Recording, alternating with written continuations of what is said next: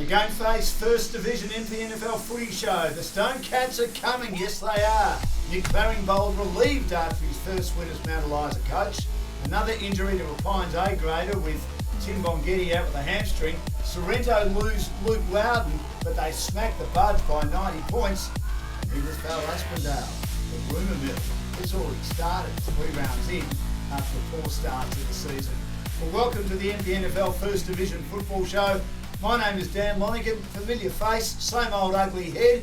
In tonight for Russell Robertson. Robbo having a little bit of a break. It's my pleasure to welcome our panel. They've got all the answers to all the questions. Chris Holcomb and Glenn Carter. Welcome, boys. It's been an interesting start to First Division, Chris, hasn't it? It has. Good to have you back, mate. Thanks, mate. Yeah, I know Robbo's been doing a good job, but it's always good to see a familiar face. He's better looking at me, though, isn't he? Oh, just thanks. got you covered. But yeah, no, definitely.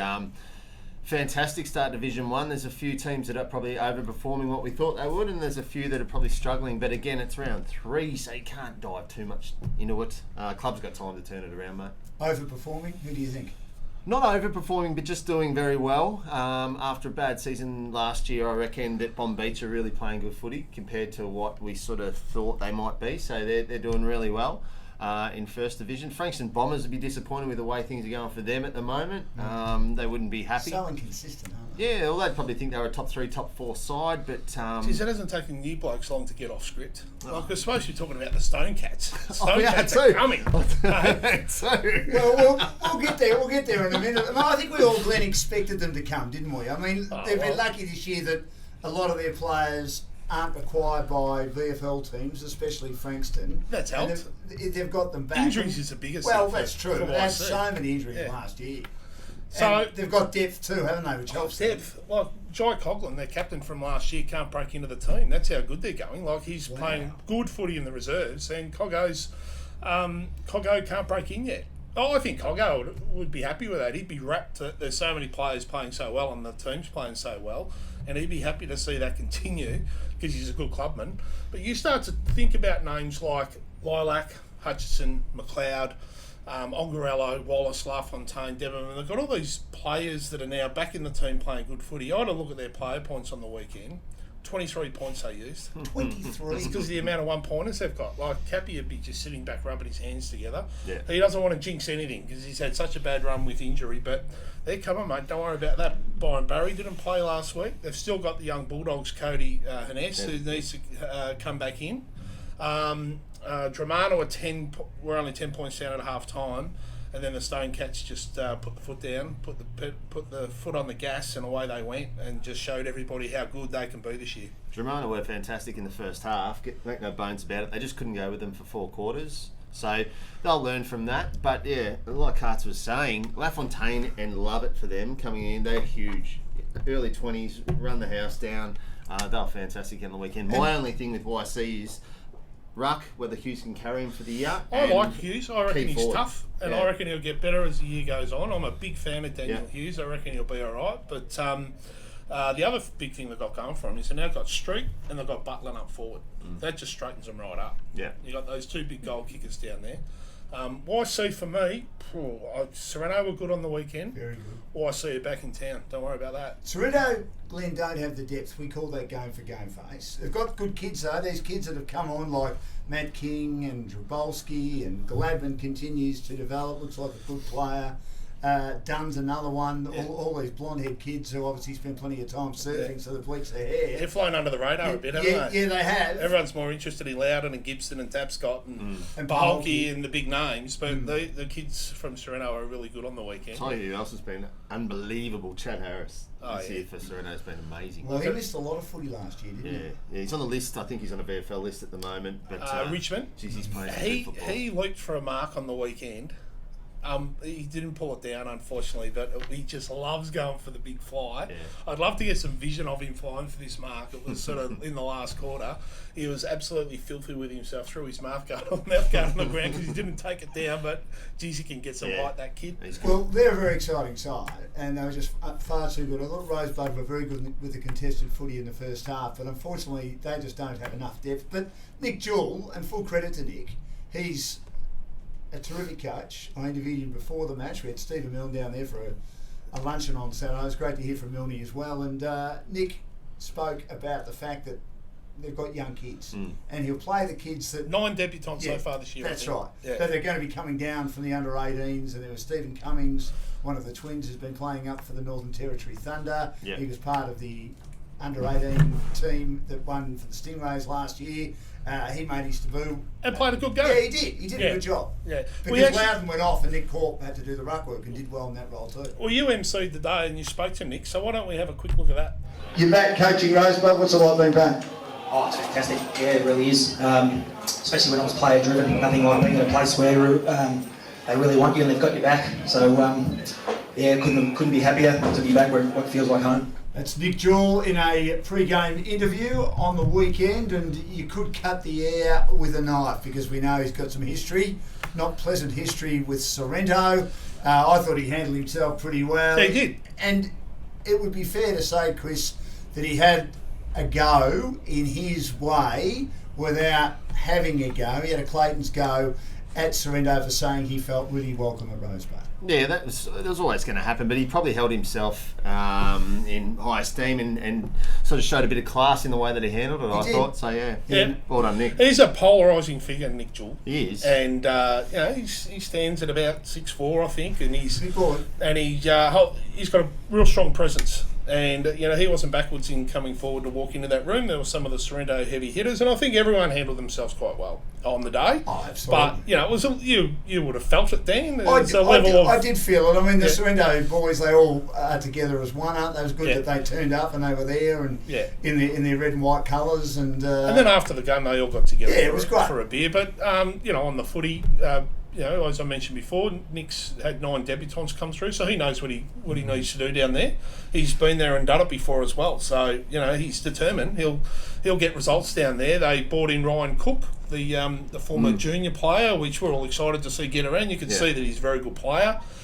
Spent some time at Collingwood, I think. And one of the best and fairest at South Fremantle. He's now a life member there too. I mean, they're a pretty good club in the Waffle and a famous club, Mel Brown, Stephen Michael, etc. Chris. So he's done really well. And look, it'll take him. He's not playing that often, but when he plays, he'll have a presence. But it just took him a little while to get used to the standard. His second half was much better, I thought. Loudon come off in the second quarter with an ankle. Yeah, that was actually quite interesting because I went up and asked him what was wrong, and he was looking around to sort of find out what he was allowed to say and not allowed to say. I said, "It's all right.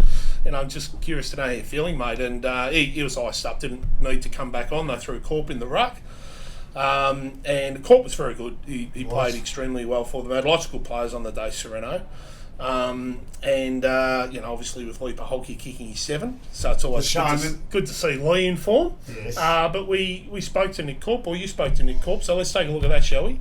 Well, another man close to best on the ground today for Sorrento, and their huge win over Rosebud by 90 points was Nick Corp. Well, we play centre half forward. You played in the ruck, Nick. Did you like that? No, don't enjoy the ruck one bit, but you got to do what you got to do. Old loud and limping off, a bit soft, but. Yeah, it was all right. Got the job done. So that was your second attempt to get into the rooms, and understandably. Oh, no issue, Glenn. Sereno decided they had a tragedy, an awful tragedy over the weekend. One of their coaching staff or trainer, runner, Sasha, who's been heavily involved at Sereno, his boy was in an accident over the weekend. So as a club, they decided just to shut things down. They didn't sing the song. They stood together as a group, and I think paid respect to Alex, who tragically died a few days earlier. And then, as they came out of that moment they had as a club, they gave us a bit of their time, but that was understandable, and I understood. I thought that was actually pretty good form. Lee said to me, no, but maybe come back in 15. Yeah. And I came back in 15. Yeah. And I have no issue with that, and the way they handled it was terrific. And as you said, Glenn, they came into the rooms afterwards, and look, they're a good club. I know that they're criticised for the success they've had, and they're seen as the Chardonnay set. But Chris, I think that's a jealousy from other clubs, don't you think? Yeah, it can be. And most of the time that you bump into a Sereno guy, they handle themselves really well. Yes, they can be arrogant at times, and because that's the sort of style of football they play. But when you're that good, you can afford to be a little bit arrogant at times. So no, look, I think they're a good club. So Good Friday, you found a Good Friday footy? I am. I love it. Yeah, I reckon it's fantastic. I prefer the local football leagues to have it on their own, but the AFL have taken it over, and they said there'd be one match. We spoke about it in our call on Saturday. One match, and North Melbourne would have it. And it should have been North Melbourne Bulldogs. But anyway, that's a story for another day. Yeah, local footy's different, I reckon. It's an opportunity for the clubs to. So it was really good to see Nick Clarenbold from Mount Eliza get his first win on the board on the weekend. Fantastic. So let's have a look at that. Mount Eliza's new coach has been drenched by the boys. They've got their first W next year, mate. Nick, congratulations. You have to wait a couple of weeks for the first one to come through. How's it feel? To be honest, just a sense of relief. It's.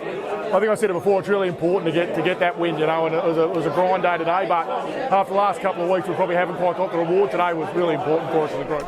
So Nick Clarenbold, after Mount Eliza was so good against Sorrento, Chris, and got overrun. No doubt he lost some confidence on that, but this is the most inconsistent team in the competition, the Bombers. If you follow them, you'd tear what hair is, if you were someone like me, you'd tear what hair is left on your scalp out, because they just can't put it together week in, week out. I think they had a couple of injuries. I was pretty critical of, like Jared Grant came out the first round and he looked amazing, but I think he's carrying a little bit of a knee, so we can give him a little bit of a leeway there. But every time he doesn't kick a bag full, he gets whacked, Jared Grant. He does, yeah, 100%. I don't like that. No, not at all. No. Look, last year there was times and patches that he had where he just looked uncompetitive, and that's where why not. But that's this fair year enough. He looks like he's interested and he's up and about, but he had a bit of a niggle on the weekend. On Mount Eliza, Nick Clarenbold, great bloke. They're going places. They're only young. They've lost to a couple of quality sides. They just got nutted by Sorrento, for God's sakes. It was a great win on the weekend. Just quietly too, if they're not doing the stitch up on Franks and Dolphins to keep Robbie Turnbull down there, I'll go he. He's had like 28 touches in the first half and he can't get in the best, can he? Unbelievable. And then I did notice that. Yeah, unbelievable. But I spoke to Robbie today. He's a good fella. And also a young kid on the wing, Blaine Coates. Fantastic. Good He's player. going to be a cracker. They've got all these under 19 kids who can't play. Yeah. And should be allowed to play at other clubs, Chris. You and I haven't really discussed that much. No, we haven't. Not at all. But they've had depth for years, Mount Eliza. They're envy of everyone. Yeah. The 19s and. But other So clubs you're thrashed. You're at the game. Who did you think was good on the day? Who did you like for Mount Eliza? Turnbull was best on ground by a mile. Yeah. I thought the skipper was good. Yeah, Tennant was unbelievable. He's looks fitter than what he did last year, and he's probably the best centre half back in the comp right as we speak. Coates was great on the wing. Small's a good player as well. Young Finn Bain. He took a couple of good marks. He's for a little small player. Yeah. He's got some ticker. The tall forward too, he goes okay from Queensland. Name escapes me at the moment. Watson. That's him. Sean Watson. He did kick 3 or 4, I think. Yeah, so look, they've got and some. for the Bombers, I thought Corey Buchan tried hard all day. Yeah. Better's young Jason Bedford, I think, got reported. That was rubbish. That was.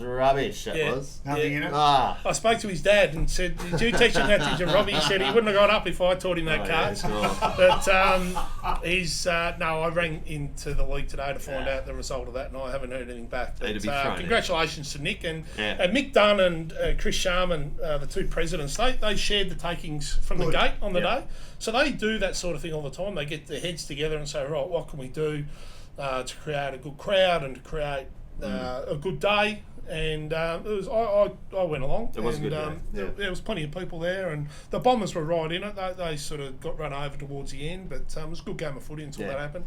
Well, the reigning premiers, Pines boys, have got some injuries. Aaron Edwards, obviously, still a few weeks away. Chewy Scanlon's got that ankle injury, 8 to 10 weeks. And Tim Bonghetti's out with a hammy. That's at least 21 days. And Chris, big loss. Yeah, but they've still got some good wins early. That's the good thing. They've been able to cover them years gone before. They wouldn't have never been able to do that, but now they can. So with it, all the advantages is they get games into these kids in other positions, and then you get Chewy's back and Bongo and Aaron and. Well, Tom McDermott will come back soon. He's just getting his building licence. Yep. Perry Lewis-Smith will be a week by week. Now, my great mate Crackers rang me last week and said he would certainly play for Port Melbourne. Apparently, he didn't play on the weekend, but obviously he was held over by Gary Ayres and the coaching staff, so he cannot be far away from making his debut for the Borough. Having a great year. That would be great. Having a great year, isn't he? He is. He is. Yeah. He's a very good player. Because he works hard. He does. Works very hard. But you've got Guy Henry, who you've been able to push forward and kicks 4. Both times he's pushing forward, he's kicked 4. They played with 33 points on the weekend, Pines, the reigning premiers. That's not bad going. Yeah. And, they've got their reserves have been playing well. They've got some reserve players that can come through. Their 19s have played well. I'll leave that for Blugger's show, but that's good news for them. So Perry Lewis-Smith, McDermott, Hayden, Nahas, there's players that can come through. Well, they brought Daniel Johns in, Glenn, didn't they? Late for the match against Edithvale Aspendale, a premiership player. Yep. Couldn't get a game, came in late and just fitted in seamlessly. And, I mean, Boswell can play anywhere too. Ludowick's another one that hasn't been playing. So they've still got plenty, and they've recruited well. It's a big turnaround from 2 years ago, isn't it? Yeah. When they just didn't have anything in the twos, they had no under-18s, they couldn't score a point. The big ruckman played well on the weekend. Russ, good player. So met Russ at the launch, and quietly spoken fella. He's looks like the rough and tumble on the field, but gentle sort of a guy off the field. I'm pleased to see him doing well. He's obviously played some really high quality footy over the years, and good to see him doing well at the Pines. Do you know what the other thing is with Pines is? As soon as they start working out how to use Bo Hendry, then they'll be right. He was a ruckman first team last year, team of the year. He's really not touching the ball at the moment. I think they're just lost on where to play him. And where would you play? Where would I play him? Careful, Paddy Swain will send you a text. I don't want to say. You're doing a great job, Paddy. or he'll ring you and you'll need 30 minutes because I spoke to him about Perry Lewis-Smith last week on the phone for an hour. Is that Bo is a cracker player, goes in hard, and he probably hasn't had the start that he's wanted, but the team has. So once they start to use him, that's another string to their bow. I think centre half back, my personal opinion. Who is? Best position? Bo. Yeah. Right. Mornington. So, Goose, I think Simon Goose is a super coach. I think that's why Mornington's set up so well. I think that's why they remain competitive, and I think that, they'll know all about it as a team if they don't do the things they're supposed to do, but they're simply just, in my opinion, lacking a few A-graders. I think Miller out is really hurting them. And I think that, it was good to see Lockie Susevich. Peter's young bloke, he's had a couple of blinders in a row. Jackson Calder up front, still kicking goals even in a team that's been beaten badly by the Pines. Well. So I know you probably need to be a bit careful about what you say or don't say with Mornington, but what's the secret? Just on Lockie Susevich for a start, he was a great junior. Probably need to get his body right. He was probably had a junior body and a couple of pre-seasons into senior, and he's sort of ready to go now, which is it's great because he can actually really play. Yeah. But you're right. Like Mornington will be in a lot of games to half time, 3/4 time. They'll be thereabouts, and they won't be able to finish it off because your Joel Millier bitters, Joe Haddock, guys like these aren't at the club anymore. And Jacko Calder's having a cracking year, but he can't do everything because he gets double, triple teamed, and then there's nothing else. And the midfield lack a little bit of polish too with their foot skills, so they turn over the ball a bit going forward. So that's where they'll fall down. They'll keep plugging away and having a crack, and Goose will give them as good as they can go and see how they go. Yeah, no doubt, but it's going to be tough for them. It's them and Rosebud at the moment, probably vying to stave off relegation. But as you say, Chris, a long season. Now, Edithvale Aspendale, seen as one of the pre-season premiership favourites. But if you strip away Glenn and Chris, the players that they've got, particularly from a successful club like Noble Park in the Eastern Football League, those players are probably in the back end of their careers, and they mightn't have got the right players. Now, before we get to that, though, Glenn, Bomb Beach played really well against what is meant to be a quality list. Now, you spoke to coaches Steve Hughes and Trent Dennis pre-game. They were pretty Trent Dennis Lane pre-game. They were pretty confident, weren't they? Yeah, they were, and so they should have been. They had a terrific list that ran on. Frankston VFL were late in releasing Bo Bailey. Which was good for Bomb Beach in one way but bad in another because they had a player that couldn't play at all on the day. Bad by Frankston. Got to be better than that. There's got to be a rule in place, 24 hours. That relationship hasn't been good from when they come back last year. It needs to be better. It's horrible. For everyone. Yes. But Jackson Casey, their skipper, was best on ground from all. I didn't stay for the whole game, but he's one of my favourites. Jackson is just one of those players, similar to the captain of Udi Ash, just tough, hard, gets the job done, probably doesn't get as much recognition. Obviously, he does at Bomb Beach, that's why he's their skipper. Macca's back in good form, and DJ, their ruckman, former interleague ruckman, he's been battling injuries, slowly coming into some form. He said he's slowly getting there, he'll be back soon, and Bomb Beach, they're a terrific side when they've got no injuries and they've got all their players in. They played off in the grand final in 2017 against Frankston YCW. They are a cracking side, and they've got a good culture. They work for each other. I'm big fan of their coaches, Steve Hughes and Trent Dennis-Lane. They've always been my smoky. You've been big on them all year, haven't you? Yep. Yeah, I think Bomb Beach will be there. They've got some tough competition to beat. I'm not saying they're going to win it, but I think they'll do pretty well. Yeah, they will. What about EDS, Chris? Worried about them now?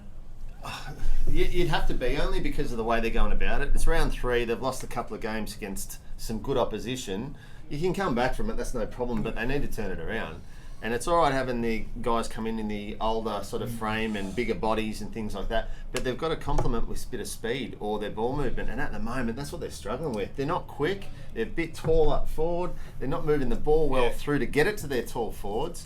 And Bomb Beach just chopped them up on the weekend. Tommy Lamb had a good day. I think he kicked 5, so that was good to see. Very poor against Pines the previous week. He only got into his head a bit, and they said that in their pre-match. Pines do that. Into his head. Yeah, but I want to see him He's a good do player. well. Yeah, he's a good player. I like Tommy Lamb. Now, Glenn, Graham Yates's player management skills. He's an old.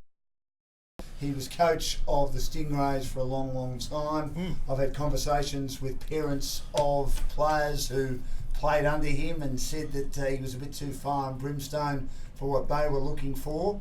Is he the right man for the right time for this team? Well, look, I suppose so do I. I saw him Yeah. before the game. He was in good spirits. Yeah. He was, but he doesn't care what other people think. No. That's how he operates. And if he's got something to say, he's going to say it. And sometimes I think he's going to fall out of favour. I'm not saying that that's happened, but there's all sorts of rumours flying around the place that there's people that might not be in favour of his player management style. But I'm sure Graham Yates will be saying this is how I manage. We haven't spoken to the club about it. It's just noise around the place at this stage. But EDS had the dramas last year with losing their points, and they came home. They played finals. They didn't finish off as strong as they would have liked. But this week they need to win. Does that always happen though with the club that you think are rated really highly, or others outside think that they're rated really highly and they don't quite reach that? That's been them all last year. Now they've started the year that they've had that sort of fallen short of where the expectation is. Naturally, everyone's sort of going to whisper around and I'll tell you what one thing EDS are really good at is keeping everything in house. Yeah. They don't like talking about their business. So you don't hear if there are issues, and that might be where people start to make stuff up. You don't really find out much about them. Oh well, when they want people to know that they've got something to say, they'll tell you. And I got a terrific relationship with their president, the Ox, Peter O'Connor, and he'll ring me and say, "I've got some news for you, Mr. GameFace, get down here." But if there's anything else that they don't want us to know, then it's shut shop, and I get that. You made an interesting point before that they're players who are on high points for them weren't in the best players and haven't really been in the best players much this year at all. Doyle, Van Dijk, etc. I didn't see the game, so what do best players tell you? Does it mean they're trying to hide some of their best players for the competition? Matt Eliza does. But I know they've been waiting for Brett Dorr to fire. I went and had a look at them warming up, and everyone looked fit and ready to go. But no, some of the names, they're 4-pointers. Yeah. Their 4-pointers weren't named in the best. That might not mean anything. But it was just an interesting observation. We start to look at those things. Say in 2 weeks we'll have a look at it again, because I think they'll get a big win next week against Rosebud. If they don't, then obviously there's issues, and then I think there's Sorrento maybe the week after, and that will really test where they're at. If they don't beat Rosebud, they'll lose to Sorrento. They'll be 1-4, and then I think the outside noises will be very loud, louder than they are now. They won't lose to Rosebud. So just again going through the winners.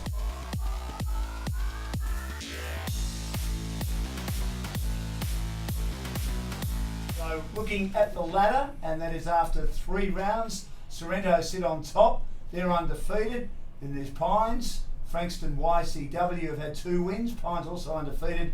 Then Bond Beach with 2 wins. Dramana with 2 wins. A good start to the year in their elevation to First Division. Mount Eliza have a win, as do Edithvale Aspendale. Frankston Bombers a win. And the bottom 2 sides, and we've said a long way out from home, they might be vying to avoid relegation, Mornington and Rosebud without a win so far. But Rosebud have started well in the reserves. Mount Eliza have as well. They're second. Frankston YCW are third. Then it's Edith Vale, Aspendale, who we thought might be a little bit stronger than they are at the moment, but it is early days, followed by Frankston Bombers, and then outside Mornington, Pines, Sorrento. They're struggling for numbers, Tremana and Bonbeach on the bottom. So looking at next week's games, the tips, gentlemen, and our live stream match of the day is the Matty Revolt Purple match, the Matty Revolt Foundation Day, Glenn. Looking forward to that. Brendan Favola down there, Nick and Jack Revolt will be down there. The fly, Russell Morris, I think will be down there. Russell Morris, most certainly, the former Saint, and Hawthorn, great, but Tom Lynch. Tom Lynch, he'll be signing autographs. The kids will love to see anyone with a Richmond jumper getting around the place. So if you're looking for tips, Sereno for me against Tremana. Yeah, I think so. Tremana were fantastic last week though against YC in the first half. Again, they're going to find it hard this week, and there might be a mini blowout again. Mount Eliza and Mornington at Mount Eliza. Yeah, Mount Eliza. Yeah, there's a bye for Frankston this week, so they'll keep Turnbull, and Mount Eliza will win that pretty easy. What about the match between Edith Vale, Aspendale and Rosebud that we touched on briefly? They've just got to win at home, don't they? They just have to win. They will. It comes at a good time for Edith Vale, and I think they'll try and get their season back on track. Rosebud looks sore. Yeah. They did look sore in the second half. Sereno beat them up. They did. It's a tough match early, wasn't it? Oh, yeah. But Sean Downey, geez, he goes, He hasn't cracked, doesn't he? Oh, does he? Yeah. He's a good kid. Yeah, but even it's not going to change at Regent Park with the big bodies of Edith Vale. No, that's No, right. exactly right. Well, have they got the outside run? It's the issue. Bonbeach and Pines. Now, that is a ripper. Match of the round. That is match of the round. Bonbeach's biggest test, Glenn, so far. Your boys.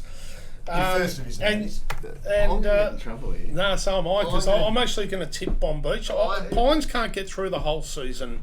And Paddy's going to be wanting to manage his list with some injuries. You can't manage your list too early, Glenn. I mean, okay, halfway mark you can if you're 8-1 or something like that. I still think it'll be a cracking game, but I'm actually going to pick Bonbeach to pull off an upset. No, I think Pines can win that. Yeah, about that, mate.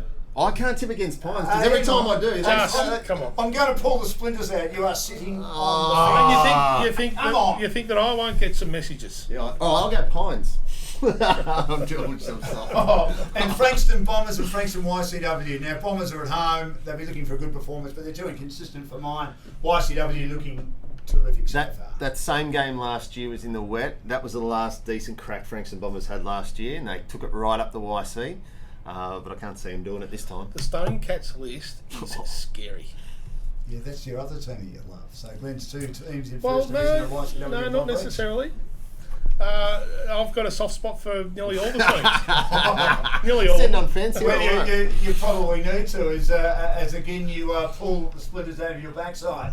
Well, that is just about it for the First Division Footy Show. Thank you, gentlemen. Great to have you with us. Russell Robertson, I believe, back in the chair next week. It's been wonderful being part of the First Division Footy Show. And don't forget, of course, we've got GameFace's match of the day, the Matty Revolt Foundation match down at Sorrento. If you're going down there, make sure you wear your purple and get your game face on as we look forward to the big game between Dramana and Sorrento at Sorrento on Saturday.